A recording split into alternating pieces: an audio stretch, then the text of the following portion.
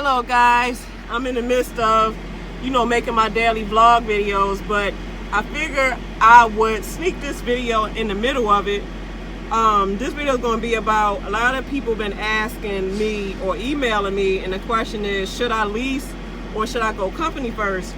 But to be honest with you, I don't think that nobody can really answer that for you, because that's something that you're going to have to figure out on your own. You want to have to figure out what your lifestyle is and what it can handle, because being in trucking, whether you're a company or a lease operator, that's going to require a lot of dedication that you're going to have on either end, whether you're going to be local or OTR. And when you're first coming into the game, you're not going to get local that easy. If you luck up and get local, then kudos to you. But the mass majority, they're going to have to pay some dues, and they're going to have to be OTR over the road. So like I said, you probably like, well, get to the answer. Should I lease or should I not? You're going to have to answer that for yourself. There's so many variables when it comes to a person making a decision if they should become, a lease operator or an owner-op. I believe like the differences between becoming an owner-op or lease-op, like most owner-ops would say, well, I got my truck is paid for, or I went to the dealership and got my truck, or I financed. Like, you gotta listen to the words. I financed my truck versus I'm going through some leasing company that's a third party, and you pretty much tied down to where whoever you lease the truck through, whatever mega carrier or whatever company, you're pretty much stuck at that company. So those are the downsides, which I agree. But one of my main reasons that I had ended up leasing was because y'all know my situation where I'm a single parent.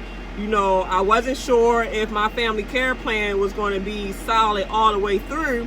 So for my situation, I pretty much leased just in case I couldn't go any further and I could walk away from the truck without being seriously held, penalized as far as my credit and everything. Now, when you do get a lease, you have to make sure that you ask like billions and billions of questions, because some leases will have you in a bind to where they do kind of make it hard to walk away, but they can't put it on your credit report. And then some leases, like I said, you do have the ones where it's walk away to where they just want you to make sure that you kept the truck upkeep right.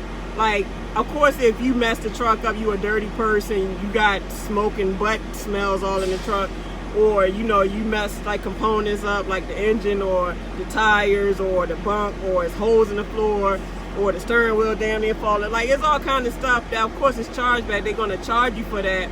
But as far as like charge you a penalty fee for walking away, they won't do that.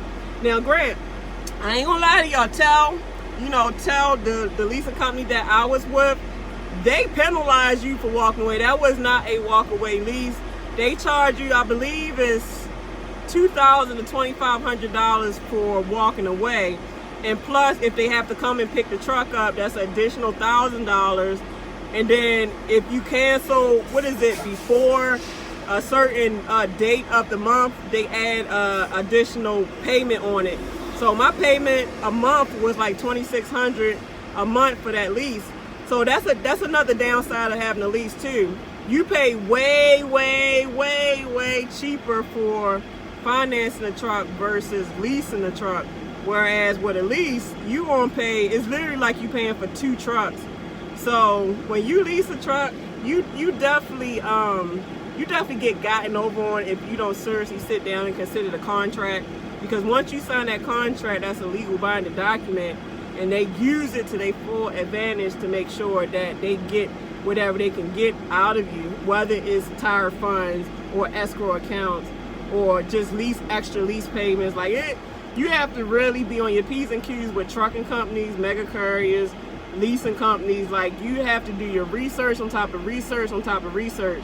Even though you got so many good truck drivers out here doing YouTube videos, and a lot of them do put out their experiences and their information, including myself, but don't only just listen to us. Like, actually do your research. Like, actually get online, Google up companies, look up reviews of the company, ask questions, like get further information of facts instead of just experiences or opinions. Like I said, the main job for us YouTubers out here, we're just opening your mind to the topic and we're giving you our experience, so maybe that you can use that on top of the research that you already did. So I would have to say that first of all, if you're not sure that trucking is something that you want to do for the next 20, 10, 5 years, then just do a test drive by getting a lease. And like there's other leases that you can get to where you're not binded to a company. I think OTR leasing is one. And then you got Long Mountain. Long Mountain, everybody seems to go through Long Mountain. People used to go through Quality, but Quality, they be messing people over, so I wouldn't go through Quality. Ryder, you can get leases through Ryder, but they're super expensive lease payments. And Freightliner, Freightliner Kenworth, they do have some leasing programs, but I think they still consider credit when you go through them. So you just got to do your research. Oh, and Bulldog Trucking, they do leases too. So it's different leasing companies you can call to where it's outside of a mega courier like Prime or a mega courier like Snyder or Swift, because if you get a lease through the company that you get hired on with, you're stuck. You can't take that truck away. You're pretty much stuck at whatever company that you lease it through, whereas if you go through the companies that I just named, you can take your truck wherever you want. So I believe Long Mountain do finances and leases. Like I said, you got to ask questions, but they do leases to where you have more freedom, to where, let's just say you went with Swift and you don't really like Swift, you can say, I'm out of here and I'm taking my truck with me. This is my truck. So like I said, research. You have to consider your situation. A lot of times if you go in the lease operator way, you're going to have some overhead. So when you first getting started in this business, you got to grind. You got to pay some dues. You got to grind. You're going to have to be away from home. It depends on how you work it. But if you a newbie, you don't know the game. So you definitely going to have to kind of learn by trial and error. And trial and error meaning you're going to have to be gone. So are you willing to sacrifice time home with your kids, your wife, your boyfriend, your mom, your pet, your cat, your dog, all that stuff to get your business started? Because this game is a dog-eat-dog world. These mother suckers out here, whether it's dispatchers, whether it's trucking companies, whether it's dang dealerships, whether it's leasing companies, they don't care about you like that. Every now and then you get somebody that's a family-oriented company to where they seriously look out for the drivers. But for the most part, it's dog-eat-dog world. It's about this. It's about driving, getting that mother sucking load in. That's what it's about. They don't give 2 cents about you as a person, and they don't care about your personal life. That sounds like a personal problem. It's not personal. It's business, straight up. So, like I said, if you're willing to commit 100% to building your business, getting that LLC, getting your CPA in line, saving money, putting it aside to put back into your company, because you got to file annual reviews of your LLC. You got a whole lot of stuff that you got to do with overhead. You got fuel costs. You got maintenance. Maintenance is one of the biggest ones. Fuel and maintenance is one of the biggest ones that can break your business, especially when rates are not doing what they're supposed to do, because rates go up and down for the year. Because if you become a lease driver or on the op, you're not getting paid cents per mile. Because as a company driver, for people that never drove, the way company drivers get paid, they get paid cents on the mile. So majority companies, they might start you off from like some dumb companies, they be trying to really get over on drivers. I've seen some people be making like 28 cents. You getting robbed. Get away from that company. If you're not making 40 cents and above, you wasting your time being over the road. You need to go home.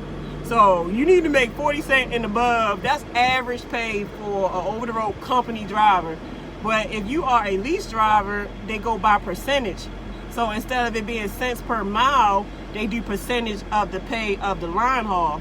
So you have different ways that they break down percent, like the revenue of a load. Like you got the fuel surcharge. You're supposed to get 100% of that all the time. Like if you're not getting 100%, somebody is scamming you some way, somehow. And different places pay, it's different percentages. It's not the same percent across the board with every company. Like Prime, I don't know if things change, but they pay 72% of the load. And it really depends on the division you're in. So if you drive in reefer, flatbed, car hauler, heavy wide load, or let me see, what else is there? Am I missing something? Yeah, you got so much different divisions. Shoot, box, if you port, like a port, box driver, containers, you know, all those divisions pay different percentages. So obviously flatbed is getting more than drive, like dry van is the lowest totem pole if you ask me. Reefer is like the second lowest totem pole. Then you got the flatbeds. Like I believe the ones that make the most money if they're over the road is wide heavy loads and hazmat. If you hazmat wide heavy load, bank money's raining on your head, you hear me? So I hope this helped anybody that's trying to figure out what to do, because I know when I was first when I was with Prime and I was with my trainer, I didn't know what to do. And back in that time I was heavy on YouTube watching other truck drivers too, trying to learn, because I ain't know crap about nothing. So I was like, man, I don't know what to do. Dang, I don't want to be company, but then I don't want to rush into leasing, so what should I do? So I was watching LaShawn Parks at the time, and I was watching YBETV. But YBETV, his advice helped me a lot more. So I took his advice, and I said, he make a lot of sense. And I used to watch his videos, and I'd be taking notes, like, okay, I can do this. All right, you know what, bump it. I'm gonna just take a leap of faith, and I'm gonna go lease, all because of YBETV. So y'all check, I'm telling y'all, check out his channel. Like, he gives some really good information on maintenance of your truck, shoot, eating right, lifestyle. Like, he sell business courses. Like, he do his thing. And I really feel like his numbers on his channel should be a lot more for the information that he gives. So his name is Tunchi YBETV. Like, I give him credit, because I mean, like I said, if it wasn't for him making those videos, I probably wouldn't have had the balls to go lease. But you know, I understand how YouTube videos mean a lot to people, because obviously for people that's not out here, y'all trying to make decisions. So people like me and other folks that's trying to give y'all our experiences or our opinions can possibly help you to make a choice or not make a choice. So I hope this helped. Y'all have a good day. I'm sitting here waiting on this dude to come so we can swap, and I'll be getting back with y'all in a little bit. So deuces.